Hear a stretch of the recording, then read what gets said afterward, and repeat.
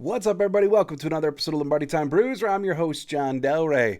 You know, in spite of the rough start that was the day for myself today, it is good to be back here talking Packers. This is part 5 of our jersey number series, where we're finishing off the roster. Today, guys, 81 through 99 by their jersey number, with a little bit of background, a fact, what the chances are that they make this 53-man roster to get us all ready for training camp, which finally begins next week. Quick bit of news before we get there, though. The Packers did announce their beginning camp injury list, and we have 4 individuals on the physically unable to perform list, and then 2 individuals on the non-football injury list. The distinctions for our purposes aren't super important between the two. Basically, at this time in the calendar, whenever the Packers declare that this player is good to go, they can come right back. Okay, so we don't need to worry about these designations, meaning that they're missing any time of the season yet or anything like that. So just bear that in mind for these 6 individuals, that some of them could be ready to go like next week, later next week, or whenever the Packers say they're good, they can start. So the 4 individuals on the physically unable to perform, that would be Jake Hansen, Jeff Cotton, Rashawn Gary, and Eric Stokes. At the very least, Gary and Stokes aren't exactly surprising.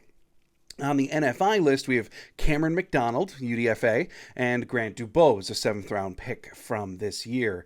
Dubose is a little concerning depending on how much time he misses, just because he missed like all of OTAs and mini camps, and he really got to start doing some stuff on the field to potentially get himself on the 53. We're going to be talking about his chances today.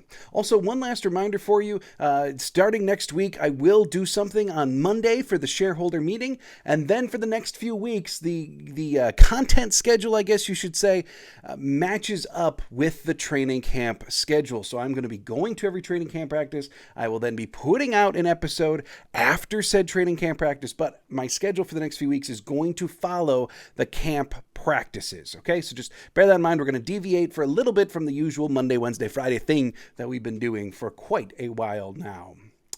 I got a number of ideas yesterday. I said on yesterday's episode that let's use the fact that we're still a smaller channel to our benefit, and if you have something that you want me to keep an eye out for at training camp, let me know. I've seen a couple suggestions, haven't gotten to respond to all of them yet, but if you have something particular that you want me to keep in mind on and kind of report back to you on in these episodes after camp, let me know. Let me know, and I'll do my best to scope it out for you, since I am lucky enough to be there. So let's go through this 81 to 99, starting off with jersey number 81. That's going to be Josiah DeGuara, a 2020 third-round pick. The interesting fact about him is he actually had the highest offensive grade on passing plays per PFF last year for the tight end position, yet he had the 3rd most snaps on the roster. He had less than half of the amount of snaps of Robert Tonyan. What are his chances on the roster? I mean, dude's tight end 1, right? You got Musgrave, you got Kraft, but they're both rookies. So DeGuara is your de facto tight end 1. I think he's going to start out the year not only doing his customary H-back role, but probably also your number 1 inline tight end role as well. I think all year the H-back role is certainly his. But what's going to be interesting is as Musgrave and Kraft develop, get comfortable, etc., does DeGuara hang on to the inline tight end responsibilities, or does his playing time over the course of the season actually decrease in favor of the rookies playing more? Going to be very interesting to watch. Number 82, that's going to be Jeff Cotton, one of the names that I announced on the PUP list earlier. He was acquired as a practice squad player last year. He spent a little bit of time with the Cardinals and Jaguars as well. Interesting fact about him is when he was with the Idaho Vandals in college, he was legit. His senior year, he started all 10 games, and he led the team with 88 catches, 1,141 yards, and 7 touchdowns. That's a legit season for a senior year in college. In terms of the roster, I mean, it's possible he makes it as the 6th wide receiver, but I'm going to go with not likely.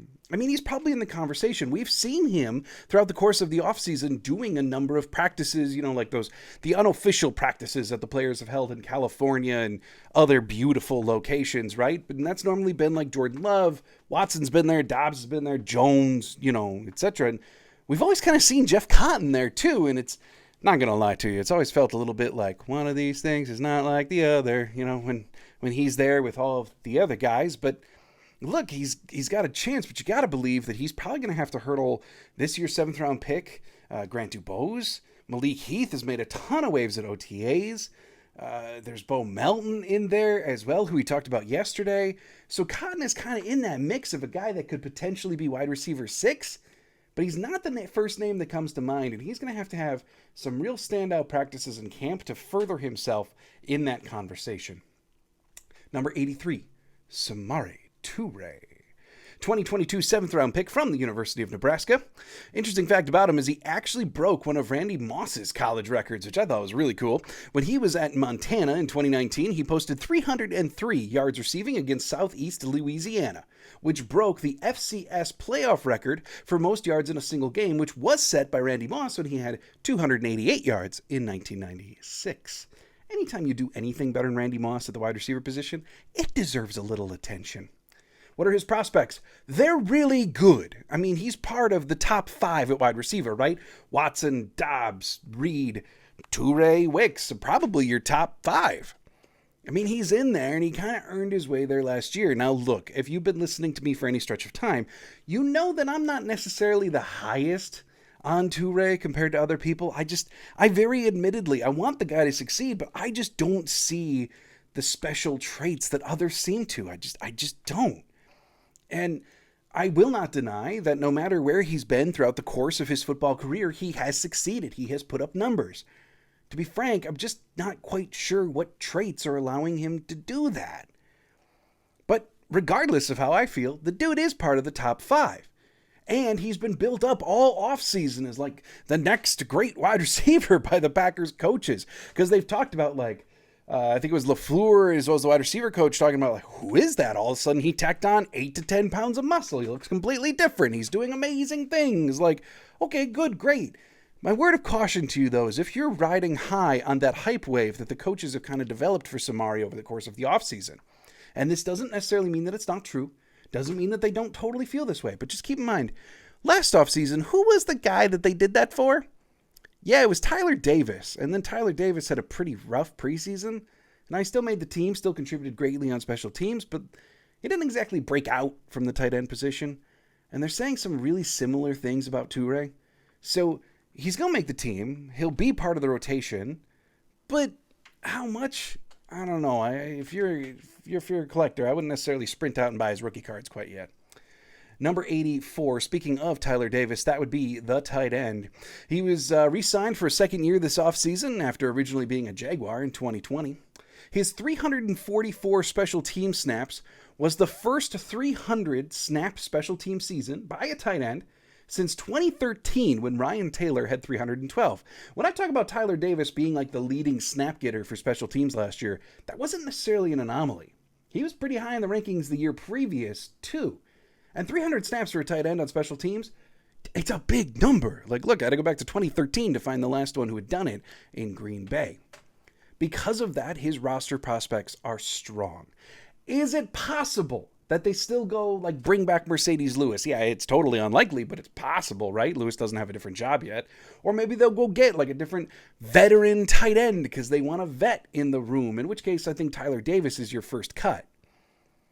But in order to do that, they're going to understand the cost of letting go of their special team snap leader. So is it likely? No, it's not. Tyler Davis probably has a pretty secure spot on the roster, barring something really unforeseen. Number 85, another tight end. This would be Tucker Kraft, 3rd-round pick this year out of South Dakota State. As a senior in high school, he played running back, linebacker, and punter. In fact, his senior year, he rushed for 1,405 yards and 24 touchdowns while adding 132 receiving yards and 56 tackles just for good measure. Roster prospects, he's a 3rd-round rookie. He's the future of the tight end position with Musgrave. Yeah, they're good. We're just going to see just how much he plays this year. That's kind of the question around Kraft. Number 86, that's Grant Dubose, 2023 7th-round pick out of Charlotte. Bo Melton is frequently discussed as that guy, and I've done it a lot, in that wide receiver 6 conversation. Bo Melton is revered as like the guy who can help most on special teams, but I did feel it was noteworthy, and I didn't want to include it, that Dubose does have experience there as well. In his 2 years at Charlotte, he had 96 special team snaps, and he has experience as both a kick returner and a punt returner. So just wanted to throw it out there. That can help Dubose in the conversation as well. And in terms of his prospects, most people consider him the leader for that wide receiver 6 job. If the Packers decide to maintain a 6th wide receiver on their roster, which in and of itself is a little bit of a question. I think they will, but hey, it's at least a little bit of a question. I wouldn't be shocked to see him win that job. I wouldn't be shocked to see them go with 5 wide receivers. I wouldn't be shocked if it's Bo Melton or a different 6 wide receiver. I think all bets are off. But the fact that he's a draft pick, the fact that he has team's experience, those may help buoy him to being that wide receiver 6. Number 87, that's Romeo Doubs, 2022 4th-round pick out of Nevada. His senior year at Nevada, he received a 99.3 receiving grade from PFF on passes over 20 yards down the field. Nearly 23% of all of his targets were over 20 yards down the field. In college, the dude was a little deep ball guy. Then all of a sudden, he came into Green Bay, and they did not use him like that. His target percentage plummeted to only 15% of his targets being beyond 20 yards. In fact, he only got a meager 10 targets, more than 20 yards down the field last year, catching only 2. Roster prospects? Yeah, duh. He's your wide receiver 2. The only real question here is how many plays are going to be designed for him, where he's at least the first read, I should say, versus Watson. That's kind of the only conversation about what we're doing here. Now, number 88, that's Luke Musgrave, 2023 2nd-round pick out of Oregon State. I know this was talked about a ton at draft time, but it bears repeating. At 255 pounds, he ran over 20 miles an hour at the Senior Bowl. No tight end with the ball in their hands ran over 20 miles an hour last year in the NFL. Musgrave is special. Okay, his prospects, he's a current 2nd-round pick. He's the future of the tight end position. There's no doubt that he's on the 53. The question is his role? I think at first he's going to be used kind of like this pseudo slot receiver, like seam tight end type. And then eventually, maybe as he gets more comfort in blocking, as he proves competency, we may begin to see him do some different things. Okay. But to start, it's probably going to be a receiving tight end specialist who may not even line up in line that often. Number 89, very weirdly, this number is actually open right now. No one's taken 89. Number 90, Lucas Van Ness. Yeah, the 1st-round pick from Iowa this year. From Packers.com, I just thought this was interesting because Lucas Van Ness has been talked about a ton already, so I thought this was neat to pluck out. He became the first defensive player from the University of Iowa to be selected by the Packers in the 1st round. Was the highest drafted defensive player out of Iowa since defensive back Tom Knight was selected by the Arizona Cardinals with the number 9 pick in 1997. Roster prospects, again, we're covering all the high-end rookies today. Duh. He was their 1st-round pick this year. Yes, of course he's going to make the roster. The only real question with him is he going to immediately be a part of the rotation? I know Gary's health is obviously going to impact this a little, but is he going to be right there with Preston and Enagbare and Hollins, or is he going to be kind of like tier 2 to start at least? How quickly is he going to kind of develop into edge 3, which is obviously the plan for him long term? Now, the other question that I have is how often is he going to be lining up inside on the D-line as opposed to out there on the edge? Because the coaches have talked about him, just get him into one role first. Get him to get good at that like they do with most rookies. But he does have the competency improved in college that he can kick it inside. So when's that coming? Number 91, that is Preston Smith, originally acquired as a free agent from Washington. His 58 official sacks per StatMuse puts him at 18th in the NFL since he entered the league in 2015. He's obviously one of the defensive leaders of the team.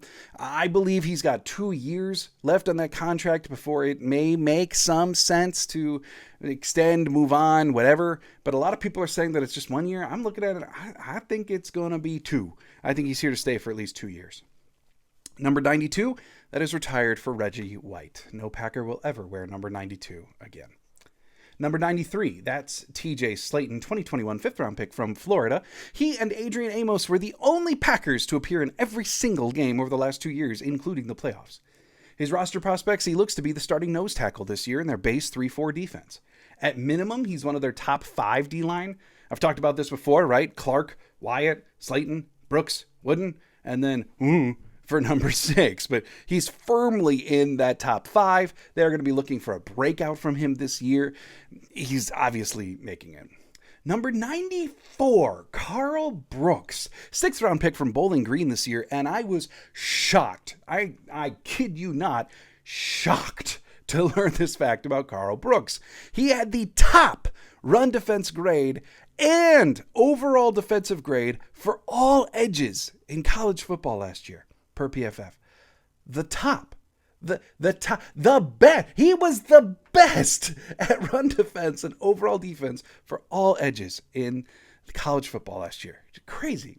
By the way, if you're on YouTube, the picture that you see, doesn't that just look like a dude that like you just see chilling in math class, right? Like if you go walking past him, like you're not immediately thinking like, oh, like he's an NFL player. Like if you go walk past Luke Van Ness, like that he's just a giant like piece of muscle, right? Look at that picture. Like, I love it. He's just some dude. Obviously, he's making the team. He's gotten great praise from coaches during the OTAs. Like Slayton, he's part of the top 5 on the interior defensive line. Obviously, he's making it.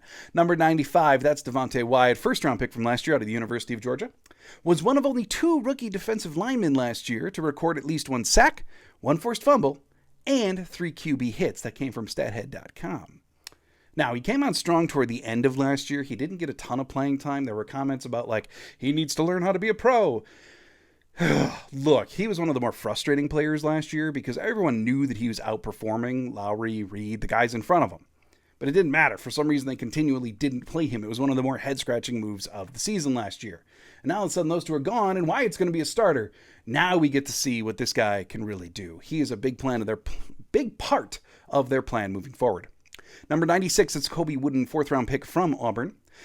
This is not a great fact, but it's a fact nonetheless. Between 2021 and 2022, his missed tackle rate skyrocketed. It was about 10% in 2021 and 24% in 2022. That's not his best work. Roster prospects, current 4th-round pick. He's making the roster. He's one of the top 5 IDLs. I'm a broken record today. He's in. Number 97, that's Kenny Clark, 2016 1st-round pick out of UCLA. It's not exactly relevant to be like being on the field, but I feel like this doesn't get enough attention. Kenny Clark has 2 years left on his contract. That's it. Like he's got this year and 1 more. And then he's a free agent at the age of 29 going on 30. Now, his cap number next year does balloon to $27 million, so it's entirely possible that they're going to approach him about an extension next offseason, 1, to lock him up further and to bring that number down. But, like, Kenny Clark's got 2 years left on his deal. That's not that long. It's really not. Number 98, that's Chris Slayton. He was claimed off of waivers from the 49ers. He spent all last year on the Packers practice squad. And look, Slayton is incredibly well-traveled. He entered the draft in 2019. He was a 7th-round pick. Since then, he spent time with 6 franchises. The Steelers, the 49ers, the Bills, the Giants, the Falcons, and the Packers. Last year, he really made some waves in the preseason, and I remember campaigning for him to get onto the roster. But inevitably, he didn't make it, and he rode the practice squad all year long. This year, he's probably in the same boat. He's 1 year older, maybe a little bit more developed, but Reed and Lowry are gone. Brooks and Wooden are in. So the numbers still are not exactly working out for Slayton in his favor. But look, if they decide to keep a 6th defensive lineman, maybe it's Slayton. Maybe it's the next guy. Number 99, Jonathan Ford, 2022 7th-round pick from the University of Miami. Just the 2nd University of Miami defensive player ever drafted by the Packers. The first one was Jonathan Garvin in 2020. Yeah, through the Ron Wolf years, the Ted Thompson years, go farther back. Go all the way back to the Lombardi years. There's been no one. 2nd one ever behind just Jonathan Garvin. His prospects, look, I mean, he's part of the, like, Moultrie, Slayton, like that crew that's all vying or trying to make the Packers keep a 6th interior defensive lineman. They don't have to, right?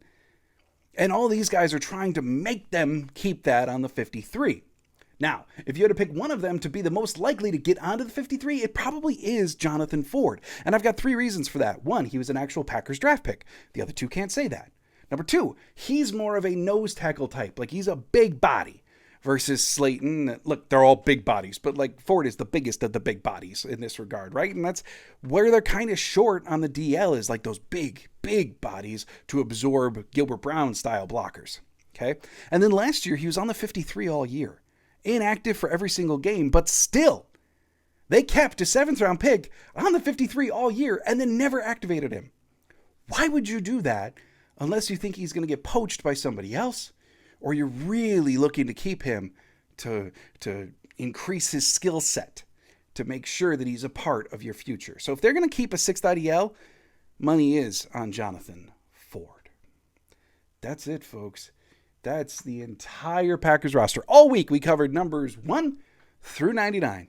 All 91 individuals of the Green Bay Packers roster. I hope you've enjoyed this week. I know I've had a lot of fun brushing up on the roster, getting ready for training camp, which very thankfully starts next week. I'll see you next on Monday after the shareholder meeting. Until then, you have an absolutely wonderful weekend. And as always, go Packers.